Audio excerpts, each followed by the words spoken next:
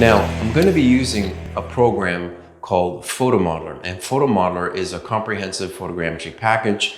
It will do 3D models and make point clouds and things like that, but it also gives you the ability to manually mark points. And so what I can do here is I can mark a point up in this corner.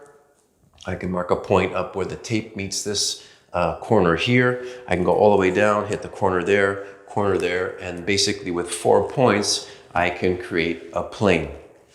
So, of course, you have to assume that what is in between those 4 points is flat, but these walls are generally flat, and I can be okay with that.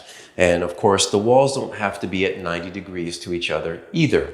So for example, this wall and this wall is at a weird angle. It's not even 45 degrees. And, we'll be able to get 4 points, 1, 2, 3, 4, and create a plane there.